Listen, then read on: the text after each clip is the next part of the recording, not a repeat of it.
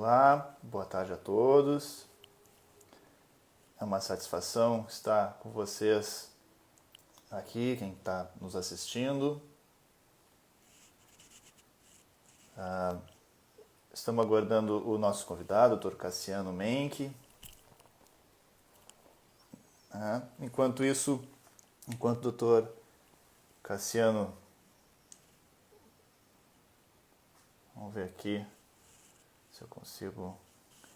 Enquanto aguardamos o Dr. Cassiano se conectar, eu vou passar alguns recados institucionais. O IARGS há muito realiza uma série de atividades por meio de reuniões, almoços, congressos, palestras. E essas atividades geralmente são presenciais, contudo, diante dessa crise de pandemia em que nós vivemos, essas atividades presenciais foram suspensas. Mas no intuito de dar continuidade a nossas atividades, o IARGS decidiu por realizar essas atividades online via nossas plataformas digitais. Estou vendo que o Dr. Cassiano já está aqui. Vou fazer um convite, já está. Fiz um convite para ver se ele entra online com a gente. Dr. Cassiano. Olá, tudo bem? Boa Ajeitar tarde. aqui o semblante. Tudo tranquilo, satisfação em revê-lo. Bem. Como é que estás, Roberto? Tudo bem? Tá me ouvindo bem?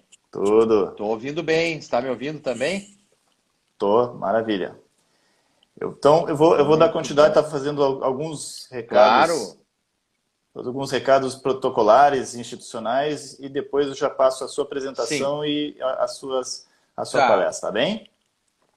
Tá bom, perfeito. Então, como eu estava dizendo, as atividades do IARGS eram realizadas presencialmente, como, por exemplo, nossas reuniões de almoço, nossos congressos, nossos ciclos de palestras, enfim.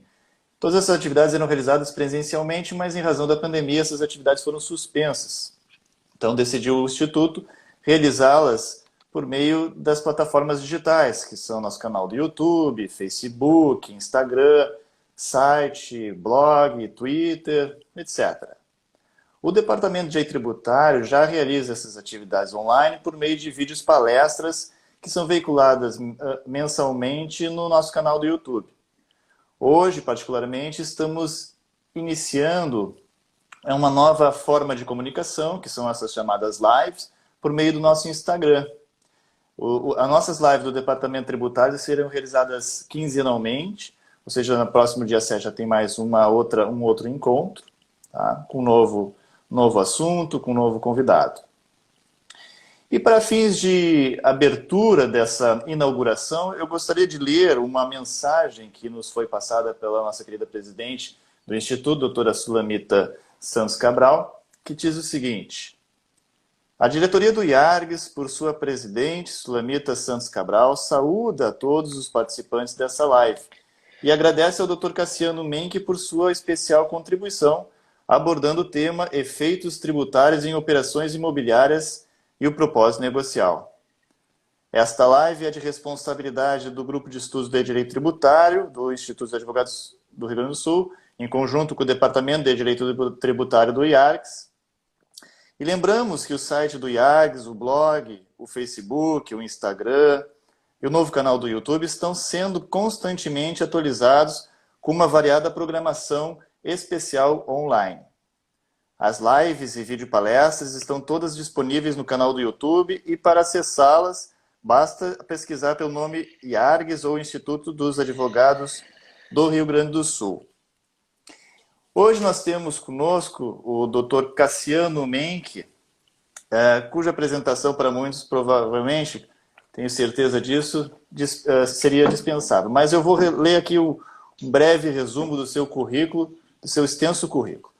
Dr. Cassiano Menck é advogado tributarista, sócio-coordenador da área tributária do Silveira Advogados, doutor e mestre em Direito Tributário pela URGS, professor do curso de especialização em Direito Tributário da PUC-RS-ET, professor de Direito Tributário da Fundação do Ministério Público FMP, professor de Direito Tributário da Associação dos Juízes do Rio Grande do Sul, AJURES, professor de Direito Financeiro e Fiscal da Escola dos Juízes Federais do Rio Grande do Sul, SMAF, consultor de Direito Tributário da Fundação Getúlio Vargas, FGV Rio de Janeiro, e membro da Comissão de Direito Tributário da OAB-RS.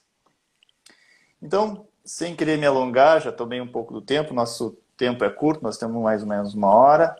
Eu já passo a palavra para o doutor Cassiano, mais ou menos nós combinamos uns 40 minutos, né, Cassiano, para dar tempo de eventual questionamento, alguma pergunta que a gente possa surgir. Isso. Então, doutor Cassiano, a palavra é sua. Tá bem, muito obrigado. Em primeiro lugar, cumprimentar o Roberto, um querido amigo, colega, em relação ao qual tenho muita estima, consideração. Obrigado, Roberto, pelo convite, viu? Para que eu pudesse estar hoje com vocês, com você e com todos os nossos colegas do IARGS e também com todos aqueles que estão participando deste encontro. Agradecer a doutora Sulamita pela mensagem. A gente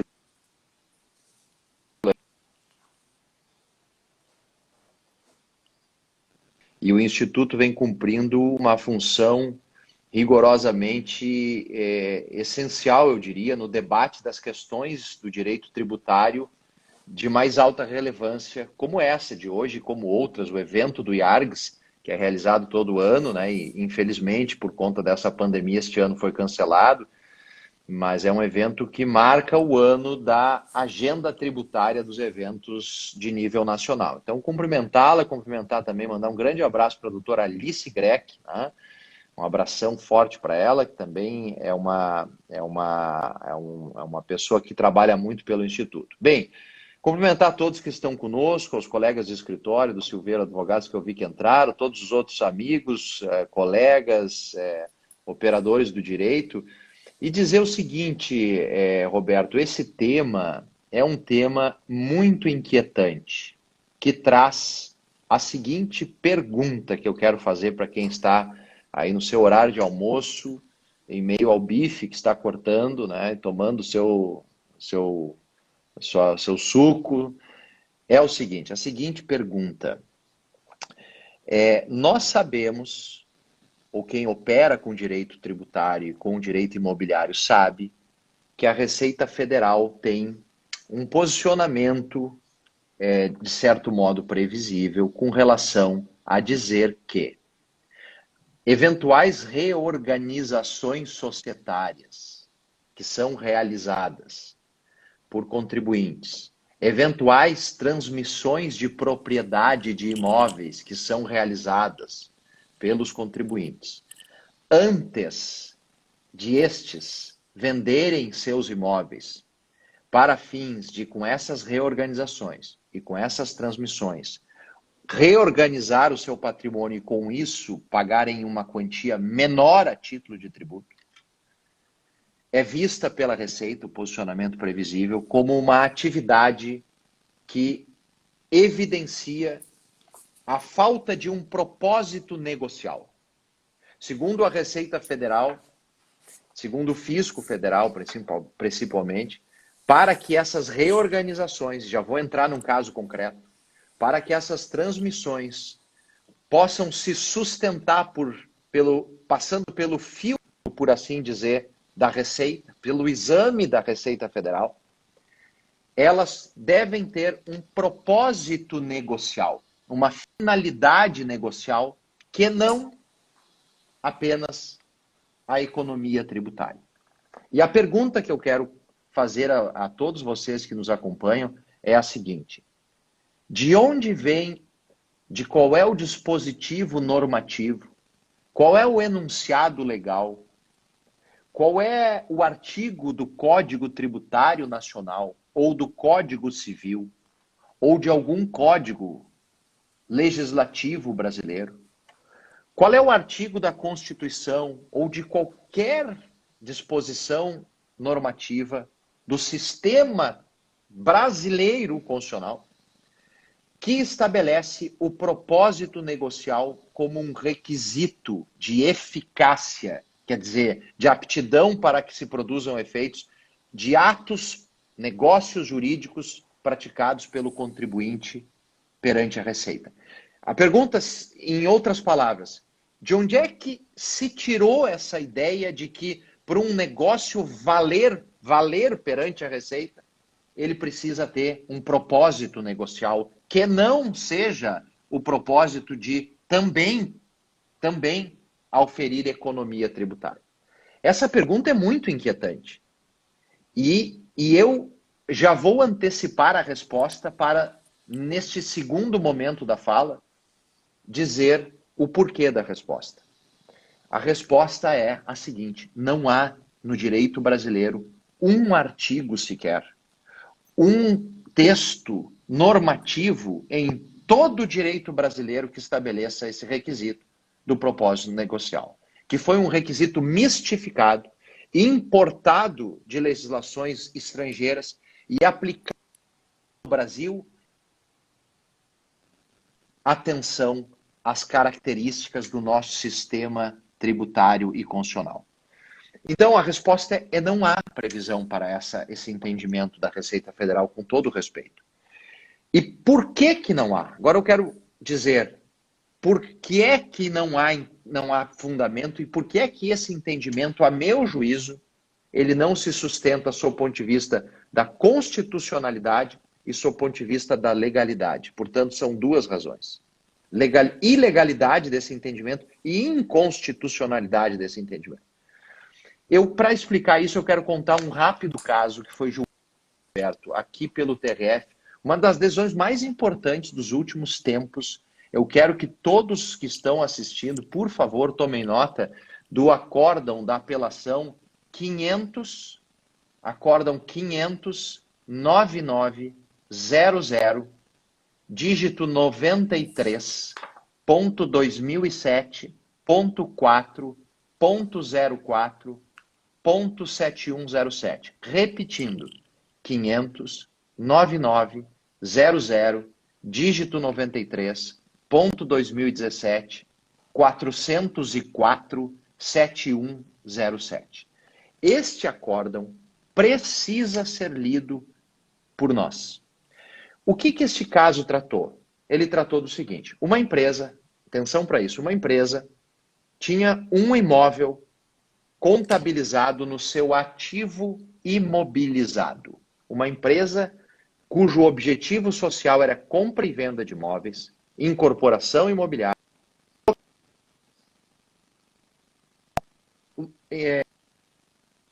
no seu patrimônio como ativo imobilizado. E lá pelas tantas, essa empresa decidiu vender este bem. Ao fazer as suas contas, ela verificou que a alienação desse bem se submeteria a uma tributação. E essa tributação poderia ser de dois tipos. Primeiro regime, o regime do chamado ganho de capital. Em síntese, o que é o regime do ganho de capital? Você paga o imposto de renda de 15% e a contribuição social sobre o lucro de 9%, sobre o valor da diferença, em apertadíssima síntese, tá? Da diferença do preço de venda para o preço de compra. Imaginemos, e os números aqui são aleatórios, o preço de compra é 1 milhão e o preço de venda é 20 milhões. Nós vamos ter 19 milhões de ganho de capital. Aplicando-se as alíquotas antes mencionadas, nós vamos ter uma tributação X. Esse é o primeiro regime. O tributário seria o regime de tratar essa venda do imóvel de 20 milhões como uma receita operacional da empresa. Já que a empresa tem como finalidade a compra e venda de bens, já que este bem está contabilizado na empresa como um dos bens da empresa, no ativo da empresa, se ela vender esse bem, ela pode emitir uma nota fiscal de venda desse bem, ela pode, ao emitir essa nota, entregar para o comprador, fazer a escritura, fazer todos os trâmites imobiliários, receber os 20 milhões e pagar 6,71%, se ela for do lucro presumido, como são a maioria dessas empresas imobiliárias, que pagam 6,71% sobre o valor da venda, sobre os 20 milhões.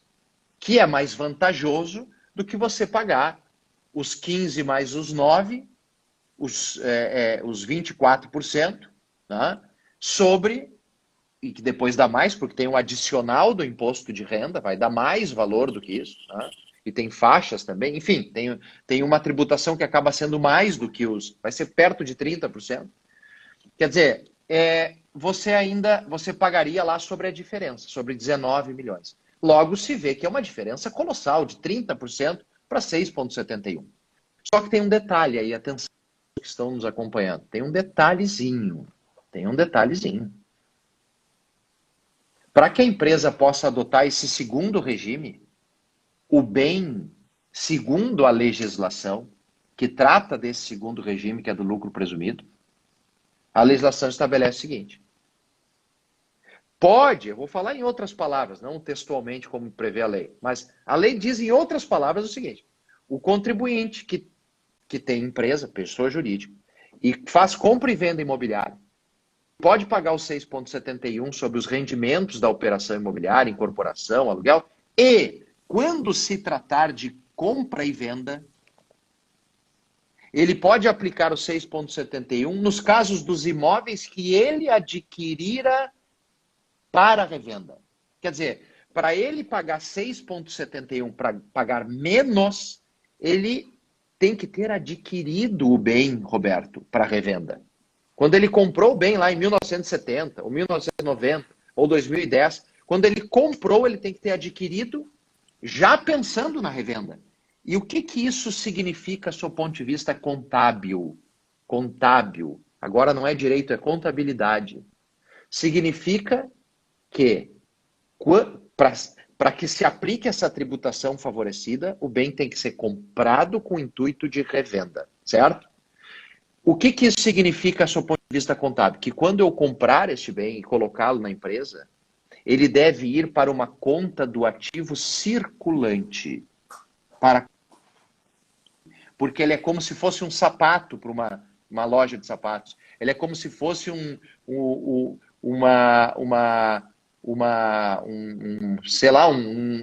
automóvel para uma concessionária. Ele é um bem do ativo circulante, que é aquele bem que se destina à venda, que é comprado para venda. E é isso que diz a Receita Federal. Para tributar os 6,71%, tem que ser um bem que você comprou e desde o início do registro contábil desse bem, ele tem que estar lá no estoque como ativo circulante. E aí vem a questão desse processo que eu mencionei para vocês, gente. Neste caso, o que a empresa... Então, dois em síntese. 30% sobre 19 milhões. O outro, 6,71 sobre 20 milhões. Bem mais vantajoso o segundo. Para esse segundo, o bem tem que ter sido, segundo a Receita, comprado e logo registrado no estoque. Dessa empresa, desse processo, ela comprara o bem, Roberto, e registrara este bem como ativo imobilizado. A diferença entre o ativo circulante para o não circulante, que é o imobilizado, é a seguinte: o bem que você compra e registra no imobilizado, ele não é um bem que você comprou para revenda. Você comprou para as atividades da empresa. Por exemplo, uma empresa imobiliária compra uma fazenda para plantar pinos. Esse bem pode ser registrado no ativo imobilizado, porque ela não pretende vender. Não é que ela não possa vender, ela pode vender. Só que ela não comprou para revenda. Essa empresa, deste caso concreto do TRF, se deu conta disso. E sabe o que ela fez? Ela fez o seguinte. Então, ela tinha comprado bem, registrado no seu ativo imobilizado, quer dizer, não para revenda. E aí, se dando conta do entendimento previsível da Receita, Roberto e demais colegas, o que ela fez? Bom, eu vou fazer o seguinte. Eu tenho aqui a empresa com imóvel, eu vou fazer uma cisão empresarial. Eu vou dividir a minha empresa, vou criar uma nova PJ, um dos sócios vai sair para uma outra atividade imobiliária e vai levar este bem que eu estou tirando da empresa, essa terra que eu quero vender, eu vou tirar da empresa por meio de uma cisão, constituo uma nova PJ, e nessa nova PJ eu lanço este bem novo, para essa nova PJ ele é novo, eu vou lançar como ativo.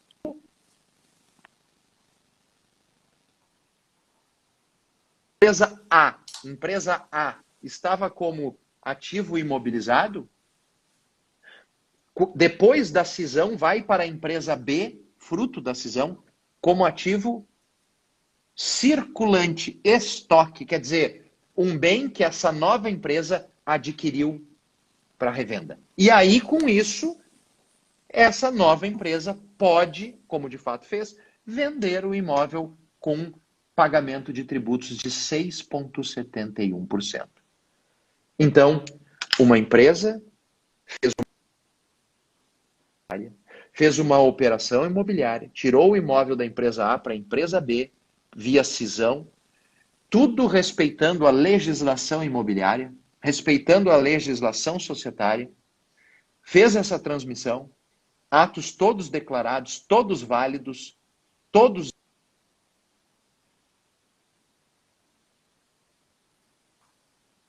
Tá, né? Deu um sinal Sim, aqui no sim, meu celular. estamos ouvindo. Tá. Às vezes dá uma interferência, mas tá indo bem. Todos válidos, e a Receita, Roberto e senhores, esse caso. E ela olhou o caso e disse assim, não podia ter pago 6,71. Houve uma infração. E qual é a infração? E ela lavrou um auto de infração. Houve uma simulação do contribuinte. O contribuinte criou essa empresa só para ter economia tributária. E como ele criou essa segunda empresa, ele fez uma cisão, tirou um imóvel da empresa A, colocou na B, para colocar este imóvel na B lá como estoque, para poder vender a 6,71% de imposto, de tributos. Como ele fez isso só por economia tributária, ele fez com isso um ato sem propósito negocial. A criação dessa nova empresa não tinha propósito negocial. Essa estrutura societária não tem propósito negocial. Essa alienação via cisão do imóvel, transferência da titularidade da empresa A para B, não tem propósito negocial. E se não há propósito negocial, segundo o fisco, como disse no início, e se o propósito é economia tributária, segundo o fisco, como disse no início, esses atos são todos ineficazes perante o fisco. E aí, meus amigos, é que mora o problema. Essa empresa percorreu toda a esfera administrativa, perdeu em primeira instância, perdeu no CARF, foi ao Conselho Superior, Roberto, perdeu e foi para o Judiciário. E no Judiciário ela ganhou em primeira instância e ganhou em segunda instância, julgamento datado de 8/8/2019, agora relatado pelo Dr. Rômulo Pisolatti, da segunda turma do TRF, que decidiu a unanimidade, num voto brilhante, que eu peço a vocês que leiam, e eu terminei ontem um artigo que eu estou mandando para o Jota para publicar sobre esse tema, porque esse acórdão tem que ser colocado à luz. Esse tema tem que ser recolocado à luz.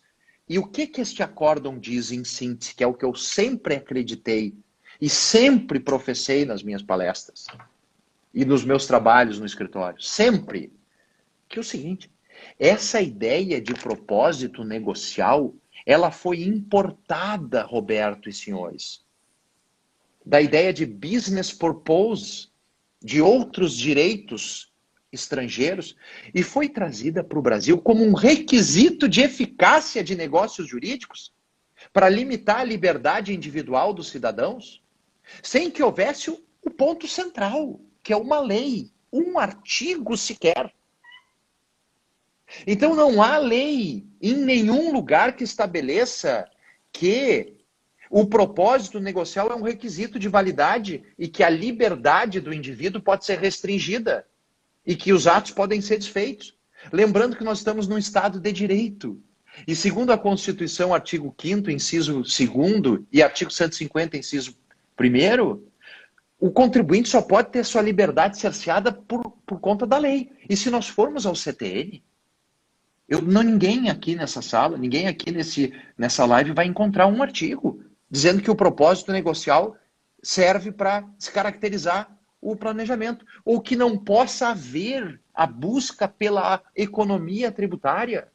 Não há artigo de lei dizendo isso, estabelecendo isso. O que há é bem verdade. São 2 artigos no CTN estabelecendo o quê?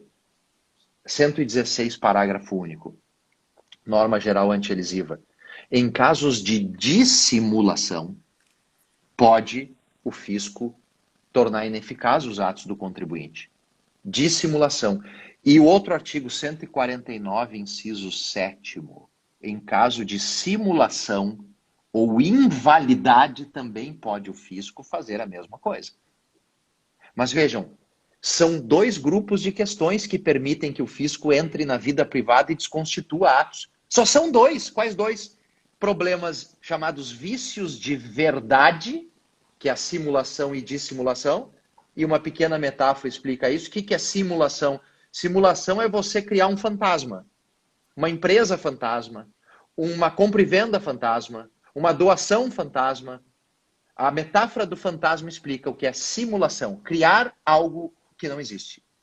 E dissimulação não é o fantasma, é a metáfora da máscara. Você esconde uma realidade. Você faz uma doação disfarçada de compra e venda. Você disfarça um negócio. Isso é a dissimulação. Os 2 têm a ver com verdade, com conteúdo de verdade, né, de declarações. E o outro problema que autoriza o fisco a desconstituir negócio são os vícios de validade. E quais são os vícios de validade? São vícios de forma jurídica. O negócio jurídico, para ser válido, ele tem que ter forma prescrita em lei, objeto lícito e agentes capazes. Bom, tirante os problemas de validade e de verdade, e na validade a gente ainda pode colocar o abuso de direito. Você abrir uma empresa, você fazer uma compra e venda, você fazer um ato que não visa a finalidade daquele ato. Né? Ora, se não há problema de verdade nem de validade, e aqui é importante dizer, o fisco diz assim, não, doutor Cassiano, eu já tive um debate com a agente fiscal sobre isso. Doutor Cassiano, e já no TRF, com um desembargador, eu também tive um debate sobre isso. A busca por economia tributária caracteriza simulação. Simulação. Porque é uma mentira. Porque é o fantasma. E, gente, vejam aqui agora o raciocínio técnico. Nós somos da área do direito, nós temos que ser técnicos. Voltando um passo atrás. Eu disse, não há nenhum dispositivo legal que estabeleça que o propósito negocial, quer dizer, a ausência de propósito negocial, e mais, que a busca por economia tributária torna ineficaz um negócio perante o fisco. Não existe essa disposição. E eu disse depois, o que existe são 2 grupos de disposições, 116 e 149, que tratam de questões de verdade e de validade. Aí sim, se houver inverdade ou invalidade, pode o fisco desconstituir, não há dúvida nenhuma. E qual é o conceito de simulação, dissimulação e de invalidade? O CTN tem o glossário do significado desses termos? Não. Onde é que a gente vai buscar? No Código Civil. O CTN, aliás, manda a gente fazer. A gente tem que fazer uma ponte para o Código Civil. Se nós percorrermos o Código Civil, nós vamos ver que economia nem de longe é simulação. E mais, nós vamos ver o seguinte, que não há nenhum problema de inverdade no caso de o contribuinte criar por cisão uma nova empresa. Por que não há, Roberto? Porque ele cria uma empresa verdadeira, que serve para compra e venda de imóveis, que tem uma sede, que tem uma estrutura, como nesse caso tem, e como empresa fantasma, não? E que tem uma finalidade, e que tem um propósito muito claro. Qual é? A compra e venda. Ele só criou essa empresa por causa da compra e venda. E ainda que se diga, mas doutor Cassiano, ele podia vender pela outra, ele criou mesmo é para ter economia. E aí que vem a grande novidade desse acórdão. Esse acórdão enfrenta esse tema e diz assim, ainda que seja só por economia, se o contribuinte não mentiu, Se o contribuinte não fez nenhum ato inválido, a economia não pode ser tributária, não pode ser causa de ineficácia dos atos do particular. Esse é o grande ponto. E por quê? E por que isso? Eu dizia no início, são dois problemas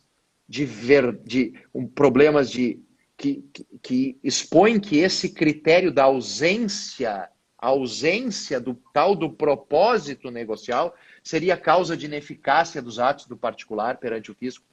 Esse critério da ausência, eu disse que esse critério tem que ser afastado, tem que ser exorcizado, tem que ser extinto, porque esse critério não faz parte da legislação. E quais são os dois problemas que eu disse?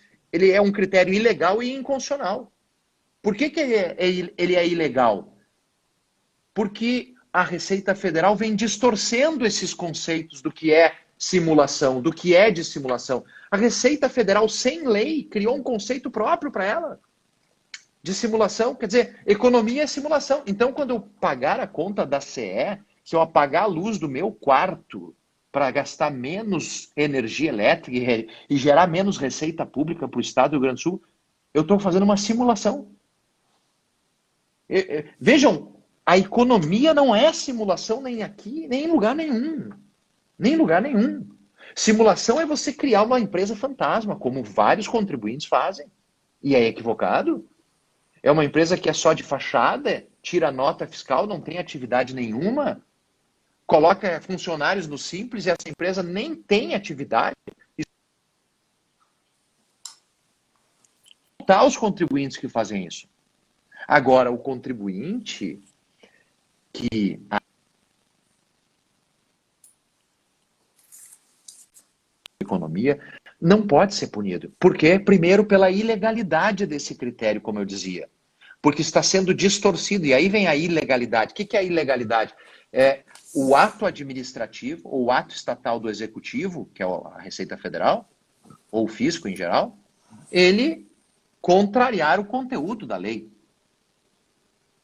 Se contraria o conteúdo da lei, ele é um ato ilegal, é um ato que tem que ser extirpado do ordenamento.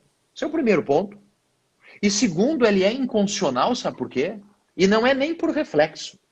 Tem dois tipos de inconstitucionalidade. Tem a inconstitucionalidade direta, aquela que o ato da Receita ofende direto a Constituição, porque não tem nenhuma lei tratando desse ato, ele vai direto e esse ato quer ser uma lei, ele quer ser a lei, ele não é lei. Não é que ele contraria uma lei, a lei disse que a alíquota era 12 e esse ato aplicou a alíquota de 13 e desvirtuou a lei. Não. Nesse caso da inconstitucionalidade direta, não há lei. Não há lei. E ele quer ser a lei. É exatamente o do propósito negocial. Eu afirmo para os senhores que essas soluções de consulta e esses autos de infração, por mais que eu respeite imensamente os fundamentos por eles expostos, respeito imensamente, eu num debate quero dizer o seguinte, eles são atos inconstitucionais. Por que são inconstitucionais? Porque eles violam o artigo 150, inciso 1 e artigo 5º, inciso 2, que prevêem que o contribuinte só pode ter sua liberdade restringida por força da lei. Então, se querem restringir a liberdade, se querem restringir por conta do propósito econômico, criem um artigo no CTN. Façam um projeto de lei e mandem para o...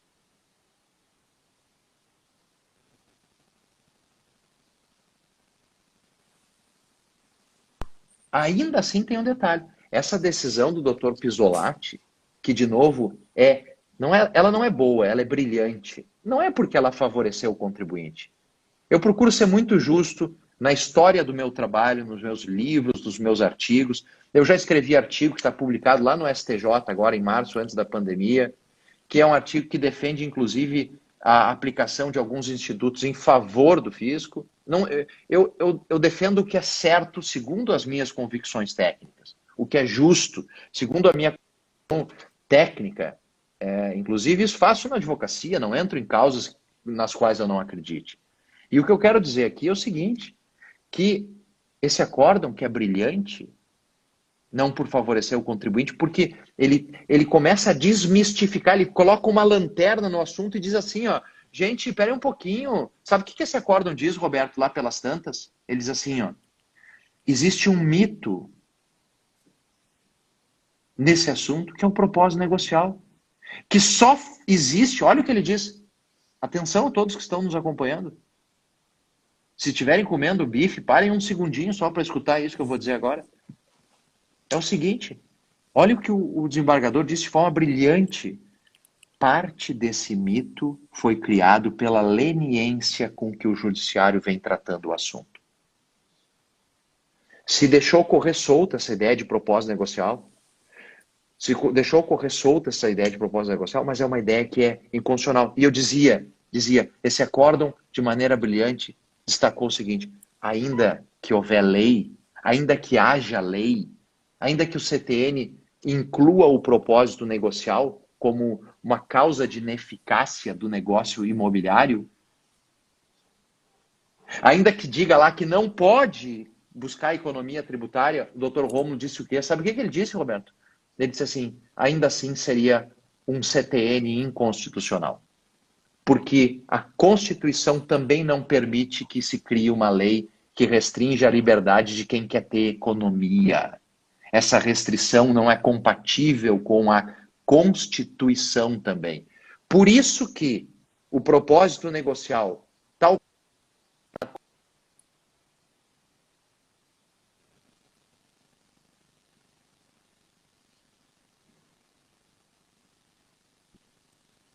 é um requisito inconstitucional.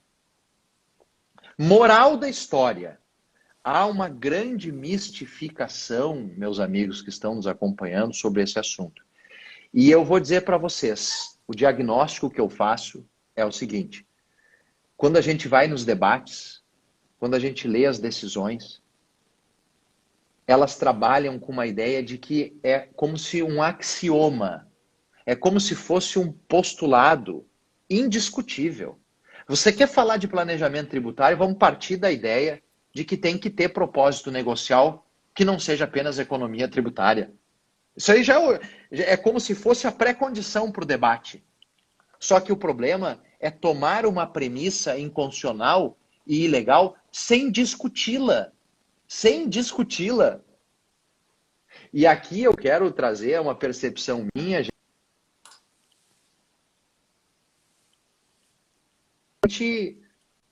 Repetimos, tem que ter propósito, vai nos acordos do CARP, se não tem propósito negocial, invalida tudo, se foi só economia, invalida tudo.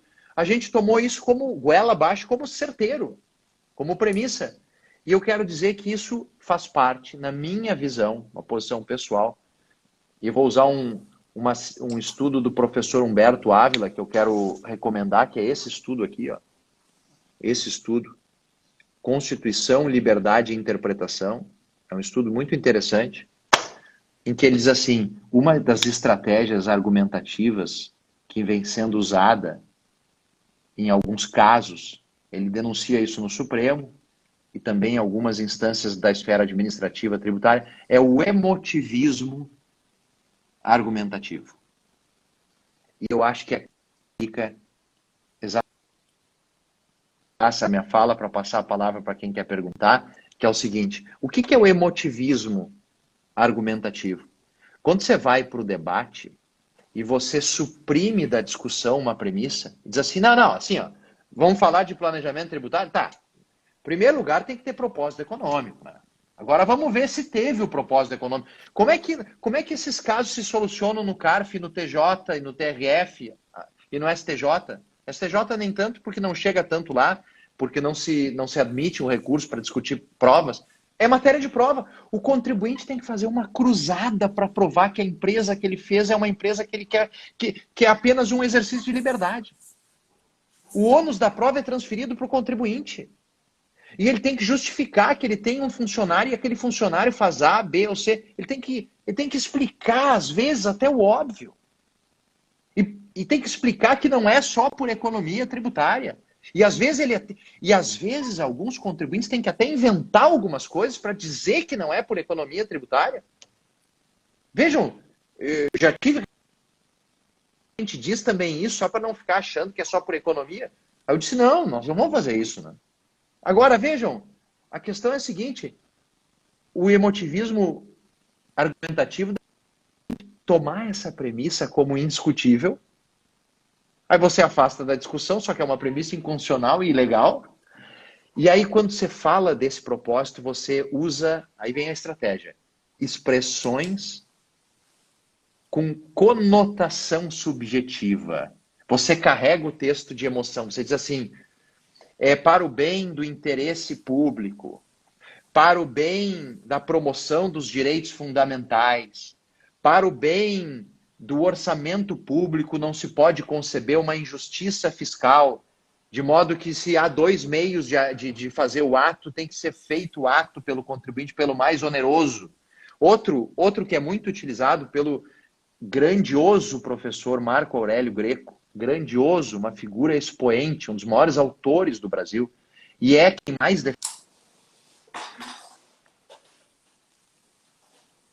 debate, eu sou contra essa teoria.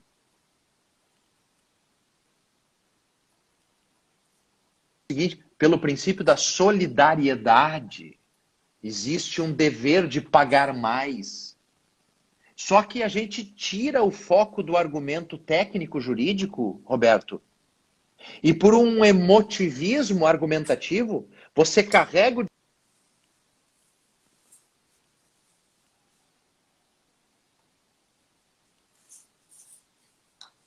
para o problema envolvendo caixa em época de pandemia, porque e aí você faz o quê? Você cria uma visão pejorativa sobre o assunto. E com isso você suprime, é uma estratégia argumentativa. Você suprime do debate a técnica e você faz um debate emotivista. E eu acho, respeitosamente, que uma parte desse tema é carregado de um emotivismo argumentativo. Então, em síntese de tudo o que eu disse, eu quero concluir com 3 questões. Primeira, não há na lei tributária um dispositivo sequer que admita que a ausência de propósito negocial, ou que dito de outra forma, a busca por economia tributária seja requisito de eficácia de negócio jurídico algum perante o fisco. Não existe isso.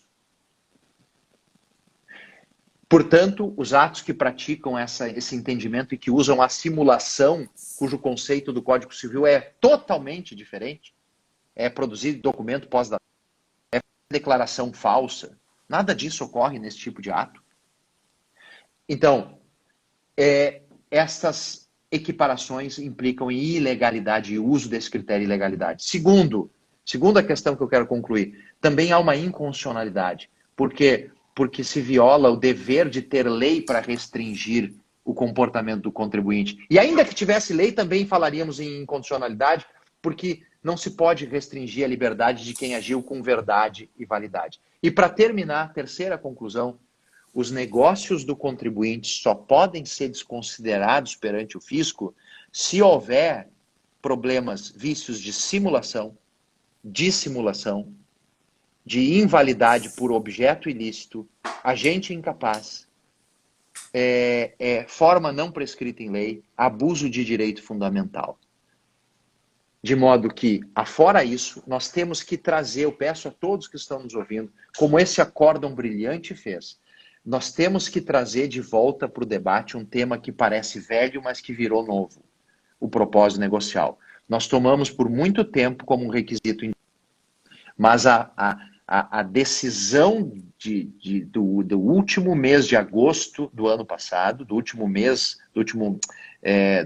ano, do mês de agosto do ano passado, ela é uma decisão que ilumina esse debate e que nos pede um repensar do assunto que nós precisamos fazer em nome da Constituição Federal. Bom, se nós somos um Estado de Direito cuja lei maior é a Constituição, então nós não podemos admitir uma tributação inconstitucional, tampouco ilegal e muito menos ainda mistificada. Roberto, as primeiras e longas considerações seriam essas, né? Maravilha. Como sempre, só tenho a elogiar. A apresentação perfeita, magnífica. O tema é complexo, não é simples, foi abordado de maneira simples e didática. Até a doutora Sulamita está mandou uma mensagem, não sei se você consegue ter acesso, mandou parabéns, Deixa eu ver. parabenizou e disse que o tema é complexo exposto de forma didática. E é absoluta verdade, né?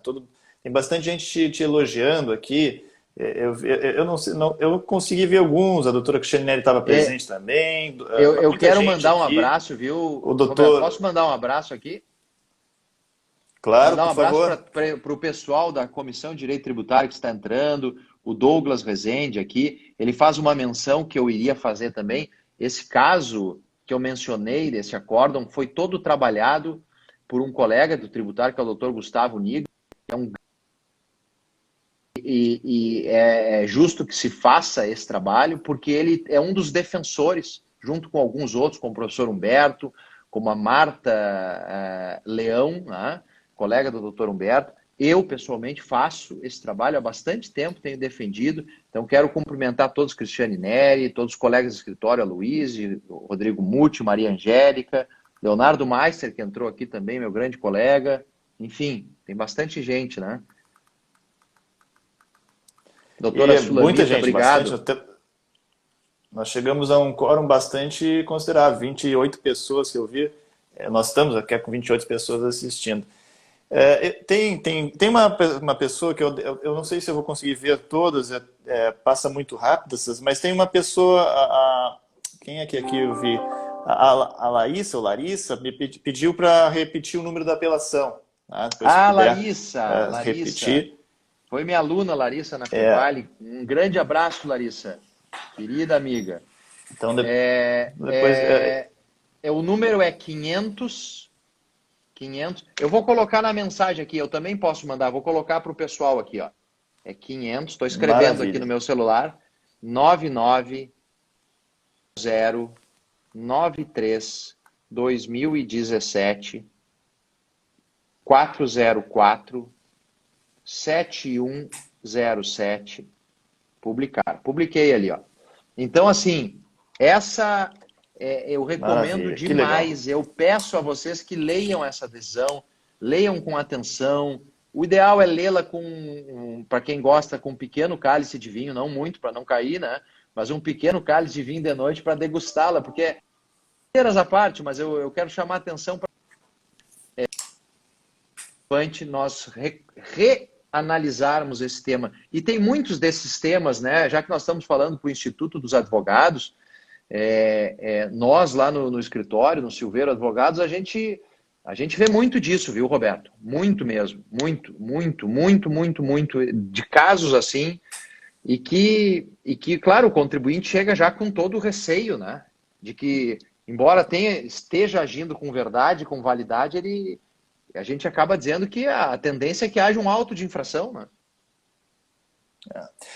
Eu tenho uma pergunta, mas na verdade, mais é um título de pensamento do que virá para o futuro. Porque realmente a ideia de planejamento tributário vem sofrendo uma alteração em termos de ideologia, em termos de pensamento jurídico ao longo dos anos. Século XVIII, século XIX, início do século XX, estava justamente nessa ideia de que planejamento tributário só poderia ser desconsiderado em casos de dolo, fraude, simulação. Depois veio essas ideias, até talvez muito provocados pelo professor Marco Aurélio Greco, de que veio a ideia do abuso do direito, essa ideia do propósito negocial, e aí vem várias outras ideias também, como solidariedade tributária, né, dando uma certa abertura no âmbito de interpretação do planejamento tributário. Eu até talvez gostei muito da expressão emotivismo argumentativo. Talvez tenha sido realmente nessa linha, porque realmente não tem dispositivo legal justificando. O 116 fala em dissimulação, dissimulação e nada Sabe o mais. que eu acho, O Roberto? Eu acho 149 do assim, ó. CTN fala. Eu acho o seguinte, é injusto, o sentimento do poder público é que é injusto que o contribuinte faça isso. O sentimento do poder público. E de alguma maneira nós temos que coibir. Só que aí, por conta desse emotivismo, nós não podemos admitir que no Estado de direito, se fosse o Estado do emotivismo, a gente admitiria. Mas no de direito não pode. Você ia você acha perguntar, que desculpa, a Roberto. tendência é... A minha pergunta era assim, nesse sentido, será que você acha que a tendência agora é fazer uma alteração desse pensamento? Porque houve uma modificação do século XIX, né? Início, houve uma alteração do pensamento jurídico, propósito negocial, e agora estamos retornando um pouquinho modificado. Você acha que vai haver uma evolução do pensamento jurídico em termos de planejamento tributário nessa linha? Ou acha que foi um caso isolado e que a coisa tende a ficar por aí? Eu vou dizer o seguinte, eu vou dizer duas coisas sobre isso.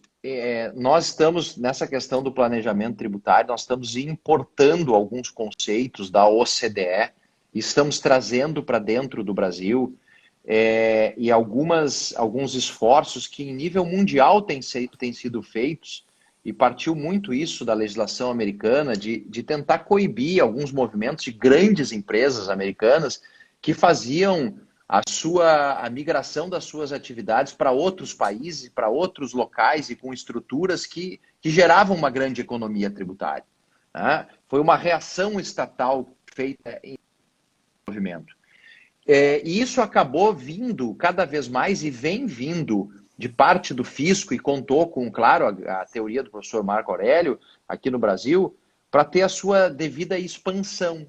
Só que eu acho sim, Roberto, respondendo a sua pergunta, que nós estamos num momento de repensar estes requisitos e estes temas. No momento de repensar estes requisitos e esses temas, porque, inclusive por ocasião de tudo que a gente vem debatendo em nível de reforma tributária no que se refere à criação de uma legislação mais justa, que fomente a atividade econômica e que puna os casos de contribuintes que faltam com a verdade. Esses casos têm que ser punidos com severidade. Os casos de contribuintes punidos, de que faltam com a verdade, têm que ser punidos. Então, assim, eu penso que sim, é um momento oportuno para que nós, no Brasil, façamos uma reconsideração do tema. E por que eu estou dizendo isso? Porque, embora haja um movimento em alguns setores, em algumas legislações internacionais, para admitir esse requisito do propósito negocial, e muitas são admitidos, é admitido esse requisito, eu diria o seguinte, a nossa legislação é uma legislação particular. Eu gosto de estudar a legislação italiana, eu estudei para minha tese, legislação americana, da Noruega, e tudo isso. É o seguinte, eu não posso simplesmente sair importando disposições do direito estrangeiro sem verificar o ponto central, que é a nossa Constituição Federal.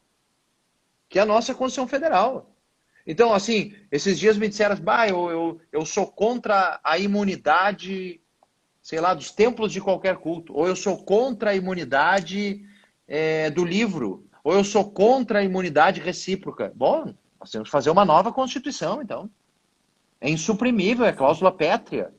E algumas cláusulas pétreas, como esta cláusula pétrea da liberdade econômica, não pode ser restringida nem pelo CTN. Então, respondendo, eu acho sim que nós estamos num momento de repensar, e um momento de repensar que nós não podemos simplesmente importar a legislação estrangeira e aplicá-la no Brasil, porque nós temos diferenças.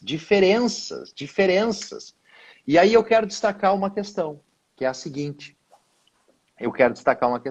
O nosso papel, que aliás foi destacado aqui pelo Dr. Mucci, que é o meu colega de escritório, da área do direito imobiliário, que lida muito com isso, que hoje pela manhã fizemos juntos uma reunião, que é o seguinte, e eu sempre digo nas minhas aulas isso, nós aqui nessa live temos um papel essencial.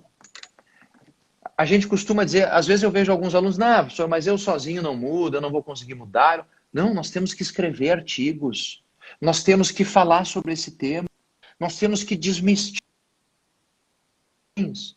Nós temos que bater nesse tema. Eu vou, como disse, terminei o artigo ontem, se tudo correr bem, em seguida vai ser publicado. Nós temos que reproduzir essas reflexões, entendem? Para que a gente possa trazer de volta para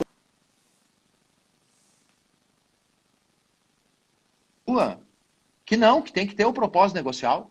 Ou, como eu acho que esse requisito é um requisito inconstitucional, e como disse Arás essa decisão, agora nós vamos debater o tema.